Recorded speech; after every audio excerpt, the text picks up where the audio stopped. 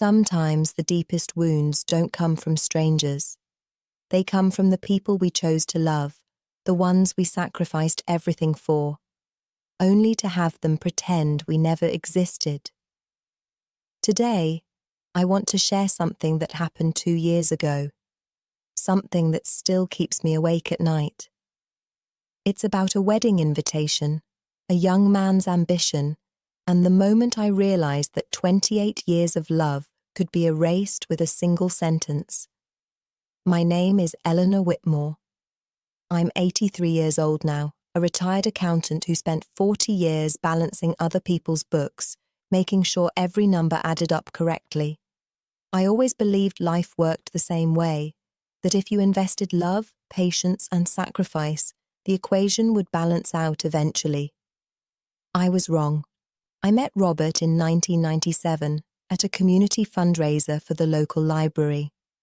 I was 55 then, never married, never had children of my own. I'd spent my life building a career, saving money, planning for a comfortable retirement.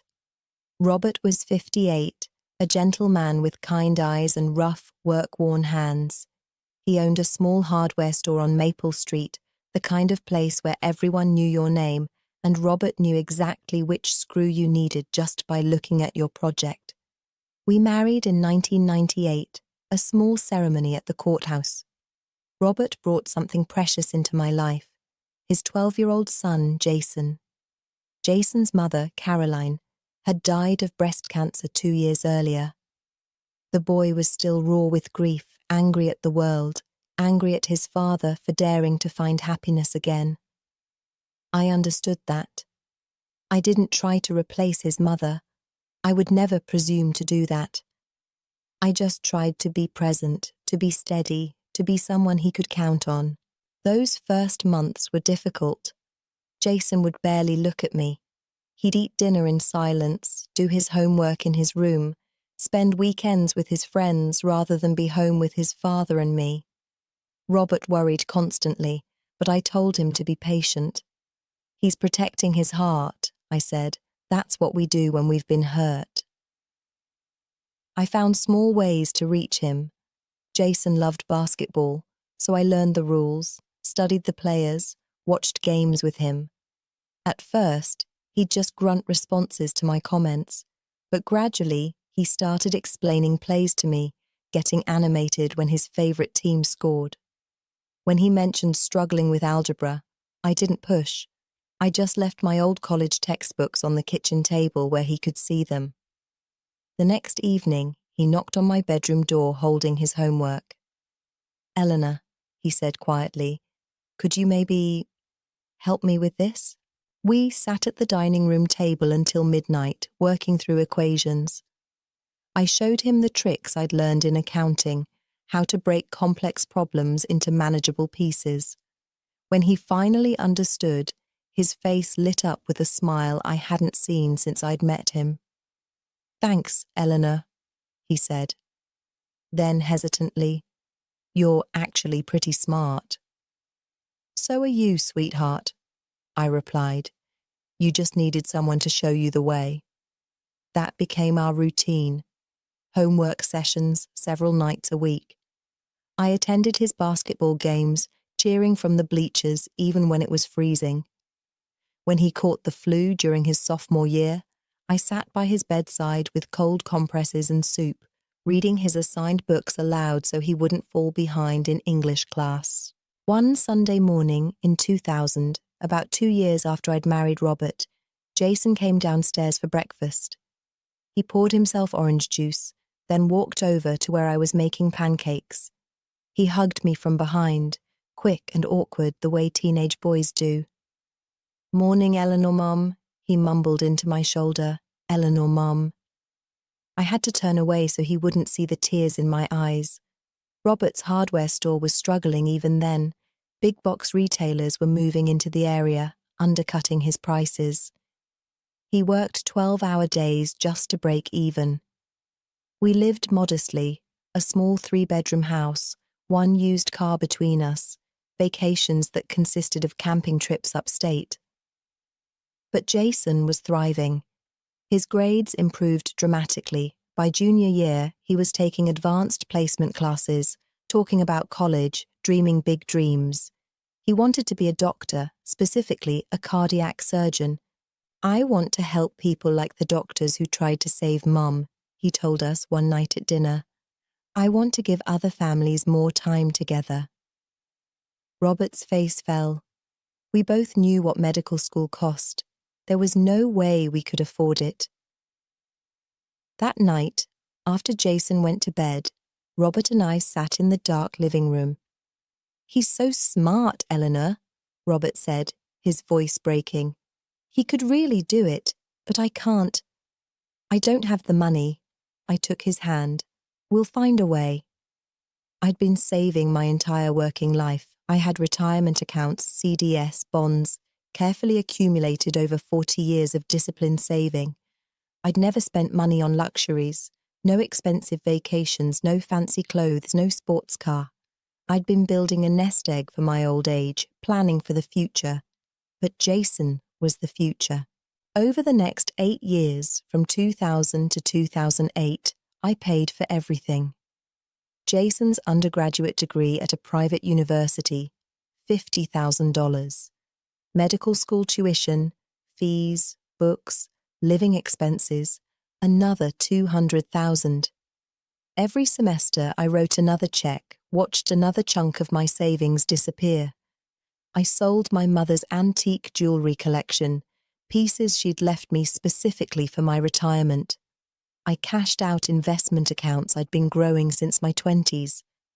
I cancelled the trip to Italy I'd been planning since I was a young woman. When I needed dental work, 3 crowns that would have cost $4,000, I put it off. The money could be better spent on Jason's anatomy textbooks. Robert was grateful but uncomfortable. "Eleanor, this is too much," he'd say. "That's your money. You worked your whole life for it. And now I'm investing it in something that matters," I'd tell him. "Jason has a gift. We can't let it go to waste." Jason would thank me casually, the way you'd thank someone for passing the salt. "Thanks for the tuition check, Eleanor. I really appreciate it." Then he'd be off to study or meet friends. As the years went by, his visits home became shorter, less frequent. Medical school was demanding, I understood that. He was building his future. In 2008, Jason graduated from medical school. I was there in the audience, watching him walk across that stage in his white coat, and I cried with pride. This brilliant young man, this doctor who would save lives, I'd helped make that possible. He got a residency at a prestigious hospital in Boston. Robert and I visited once, but Jason seemed distracted, busy. "The residency is brutal," he explained. "I barely have time to sleep." We understood. We didn't want to be a burden. Then, in 2015, Robert had a massive heart attack. He died in the ambulance, never made it to the hospital. The irony wasn't lost on me. Our son was a cardiac surgeon, and yet he couldn't save his own father. Jason came home for the funeral. He looked polished, successful, wearing an expensive suit I knew he could now afford on his attending physician salary. He stayed for 2 hours after the service, shook hands with his father's old friends, then pulled me aside. "Eleanor, I'm so sorry, but I have to get back to Boston. I have a surgery scheduled tomorrow." "Of course," I said, gripping his hand. "But Jason, maybe you could visit more often now." "With your father gone, it's just the 2 of us. We're family," he nodded vaguely. "Sure, yeah. I'll try to come back when I can." He didn't. The years after Robert died were lonely. I was 73, suddenly alone in a house full of memories. I'd hoped Jason would call more often, maybe visit for holidays. After all, I was the only mother figure he had left. But the calls became sporadic. Quick check-ins every few months, always cut short because he had to get to the hospital or attend a conference. I understood. He was saving lives. What were my lonely evenings compared to that? Then, in January 2024, A thick, cream-coloured envelope arrived in my mailbox. Expensive paper, gold embossing. My hands shook as I opened it. Dr. Jason Whitmore and Miss Victoria Ashford request the honour of your presence at their wedding. Jason was getting married. My boy, because he'd always be my boy no matter how old he got, was getting married. I called him immediately, barely able to contain my joy. Jason, I got the invitation. I'm so happy for you. Oh yeah, thanks, Eleanor. His voice was distant, distracted. Tell me about her. Victoria, what's she like? She's great. Look, I'm actually in the middle of something. We'll catch up at the wedding, okay? I didn't care about his brusqueness. He was busy, successful, in love. Of course he was distracted. I immediately went shopping for a new dress, something elegant but not attention-seeking. I wanted to look nice for his big day. I also withdrew $50,000 from what remained of my savings and wrote a check. It would help with a down payment on a house. I wanted to give him something meaningful. The wedding was scheduled for June 15th at the Grand Royal Hotel, one of the most expensive venues in the city. I arrived early, my new dress pressed perfectly, carrying an elegant gift box with a check inside. The hotel was stunning. Crystal chandeliers, white roses everywhere, a string quartet playing in the corner. I stood in the lobby, watching guests arrive. They looked wealthy, important, women in designer dresses, men in custom-tailored suits. I felt a flutter of nervousness but reminded myself I belonged here. I was Jason's mother, well, stepmother, but I'd raised him. I'd paid for his education. I had every right to be here. I saw Jason across the room, looking handsome in his tuxedo, laughing with a group of people. I started toward him, smiling, ready to congratulate him. Before I could reach him, a woman intercepted me. She was in her 60s, impeccably dressed in a champagne-coloured gown, diamonds at her throat. Her smile was polite but assessing. Excuse me, I don't believe we've met. I'm Catherine Ashford, Victoria's mother, and you are... Oh, I'm Eleanor Whitmore. I'm Jason's... Mother of the groom. Jason's voice cut me off. He'd appeared beside us, his smile tight. This is Eleanor. She's an old family friend. Very kind of her to come. I stared at him. Family friend. Catherine's smile widened. How lovely. Any friend of Jason's is welcome, though I must say, I thought Jason's parents had both passed away. That's what he told us. They have, Jason said quickly. Eleanor knew my father years ago. She's just being supportive. The words hit me like a physical blow. I opened my mouth, but Jason's hand gripped my elbow, hard. Eleanor, could I speak with you for a moment? Excuse us, Catherine. He steered me toward a quiet corner, his smile never faltering for the guests we passed. Once we were alone, he dropped my arm. Eleanor, thank you for coming, really. But I need you to do me a favour. Jason, what's going on?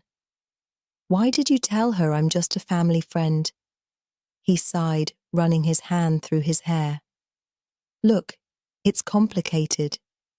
Victoria's family they're very prominent. Her father is a federal judge. Her mother runs a major investment firm. They have certain expectations. Expectations. What does that have to do with me? I told them my parents were both physicians. That they died when I was young. That I put myself through medical school on scholarships and loans. I felt the room spinning. But none of that is true. Your father owned a hardware store. I paid for your medical school. Jason, why would you lie? Because... His voice rose, then dropped to an angry whisper. Because it sounds better, okay? The struggling orphan who made it on his own, that's inspiring. That's the kind of background that impresses people like the Ashfords. But the truth? That my dad was a small-time shopkeeper who could barely keep his business afloat? That I needed my stepmother's charity to get through school? That's not the image I've built. Image? Jason, I'm not your charity case. I'm your mother. I raised you. I loved you. You're my stepmother, Eleanor. And look, I appreciate everything you did, I really do, but you have to understand, this is my wedding day, my new beginning. Victoria's family thinks I'm a self-made success. If they found out the truth, it would be embarrassing. For both of us. Embarrassing, I repeated numbly. Just, please. Sit in the back. Enjoy the ceremony. Don't mention anything about your relationship to me, or about paying for school, or any of that. Can you do that for me, just this once? I looked into his eyes, the eyes I'd looked into across the dining room table during algebra homework sessions, the eyes that had lit up when he opened his medical school acceptance letter, the eyes that had been red with tears at his father's funeral. They were cold now, distant, embarrassed. Of course, I heard myself say. Whatever you want, Jason. He looked relieved. Thank you. Really? I knew you'd understand. He walked away, back to his bride, back to his new family, back to the life where I didn't exist. I sat in the last row during the ceremony. The venue was beautiful. Hundreds of white roses, candlelight, everything perfect. When the officiant began speaking, he told Jason's story. Jason Whitmore is a remarkable young man, he said. Orphaned at a young age, he overcame tremendous adversity to become one of the finest cardiac surgeons in the country. His journey is a testament to the power of determination and self-reliance. The guests made sympathetic sounds. I heard someone whisper, "How tragic, losing his parents so young." I sat perfectly still, my hands folded in my lap, watching the man I'd raised accept congratulations for surviving a tragedy that never happened, for achieving success he claimed was entirely his own. The boy who used to call me Eleanor Mom was getting married, and I was a stranger in the back row. I didn't stay for the reception. I couldn't. I left my gift on a table near the entrance, the box with the $50,000 check inside.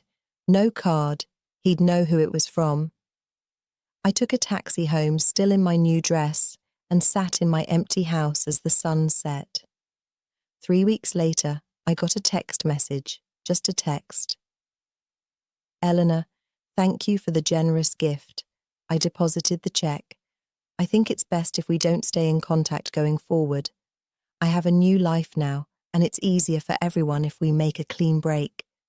I wish you well. Jason. No phone call. No explanation beyond what he'd already given me at the wedding. Not even a thank you for raising me, or thank you for the $250,000. Just, it's easier for everyone if we make a clean break. I read that message maybe 100 times, looking for something, some hint of regret, some acknowledgement of what we'd been to each other. There was nothing. I never responded. What could I say? That was 2 years ago. I'm 83 now. I took down all of Jason's photos from the walls, the basketball team pictures, his high school graduation, his medical school white coat ceremony. I boxed them up and put them in the basement. I couldn't bear to throw them away, but I couldn't look at them either. My friends have tried to comfort me. At least you helped create a doctor, they say. Think of all the lives he'll save. That's your legacy too. But that's not what I wanted. I didn't sponsor a medical student out of philanthropic duty. I wasn't running a scholarship program. I was a mother loving her son. I wanted to be remembered, acknowledged, cherished.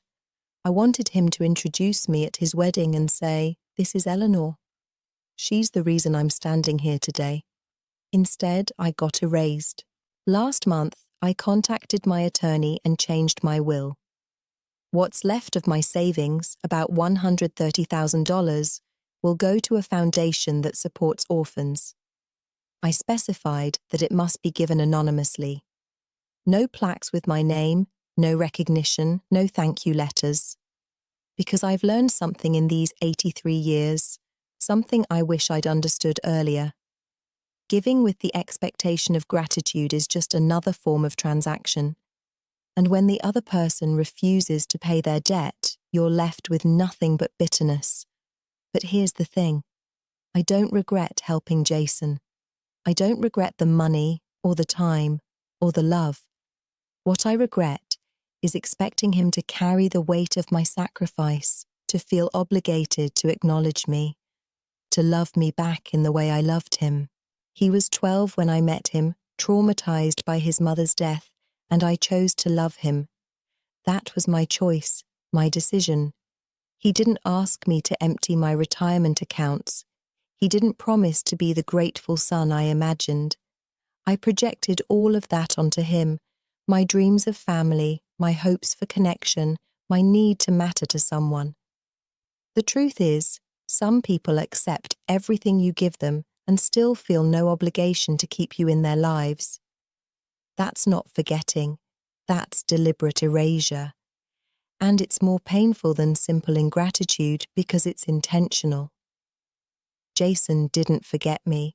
He chose to pretend I never existed. I keep that torn and taped together wedding invitation in my desk drawer. Sometimes I take it out and look at it, trying to remember the joy I felt when it first arrived, before I knew what it really represented. Not an invitation to celebrate, but a notification that I was being written out of the story. My biggest mistake wasn't loving Jason. It wasn't even sacrificing my savings for his education. My biggest mistake was believing that love creates obligation, that sacrifice demands recognition, that giving means you're owed something in return. I gave because I loved him. He accepted because it benefited him.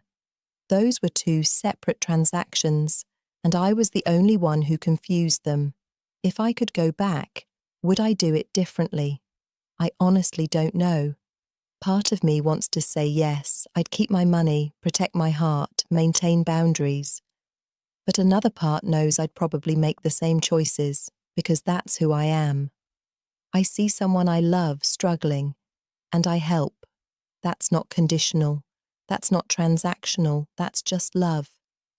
The difference is, now I know that love doesn't guarantee reciprocation. You can raise someone, sacrifice for them, give them everything, and they can still look at you on their wedding day and ask you to pretend you're a stranger. And you know what the hardest part is? Even now, after everything, if Jason called and said he needed me, if he was in trouble, if he was hurt, I'd probably still help him. Because apparently, even at 83, even after being erased from someone's life, I still haven't learned to stop loving people who don't love me back. Maybe that's not a mistake. Maybe that's just who I am. But I'll tell you this, I won't expect anything in return anymore. Not gratitude, not acknowledgement, not love. I'll give because giving is what I do, not because I'm owed something for it. That's the lesson I learned too late. You can't purchase love with sacrifice. You can't buy family with money, and you can't force someone to remember you if they've decided forgetting is easier. Jason is out there somewhere, saving lives, living in his expensive house with his influential in-laws, telling his colleagues about how he overcame adversity to become successful. And I'm here, in my quiet house, with my boxes of memories in the basement and a wedding invitation taped back together in my desk. We're both living with our choices. His might look more successful from the outside, but mine, at least, I can live with. Because I know who I am. I'm the woman who loved a broken little boy and tried to help him heal. The fact that he chose to forget that doesn't change the truth of it. I existed. I mattered. I loved him. Even if I'm the only one who remembers.